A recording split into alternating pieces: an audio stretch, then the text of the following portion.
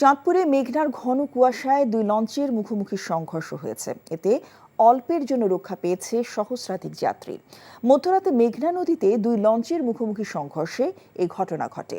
চাঁদপুর নৌ থানা পুলিশ জানায়, ঢাকা থেকে ছেড়ে আসা বরিশালের প্রিন্স আওলাদ 10 লঞ্চ এবং বরিশাল থেকে ছেড়ে আসা এমভি কীর্তনখোলা 10 লঞ্চ মেঘনা নদীর চাঁদপুর ও বরিশাল সীমানার মধ্যবর্তী স্থানে সংঘর্ষ হয়। এতে দুটি লঞ্চের সামনের অংশ ক্ষতিগ্রস্ত হয়। ঘন কুয়াশার কারণে এই সংঘর্ষ হয় বলে জানান চাঁদপুর নৌ পুলিশ। চাকরি পেয়ে গেছি।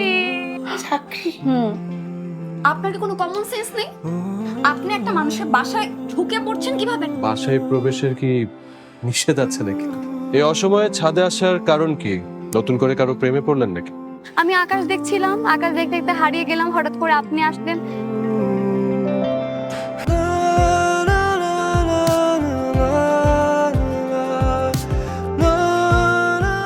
তুমি এখানে কেন? আমার অনুমতি নিয়ে এখানে আসা উচিত ছিল তোমার। মা, এই ছবিটা কার? আমার ম্যাডাম এই ছবিটা দেখে প্রতিদিন কাঁদে কেন মা?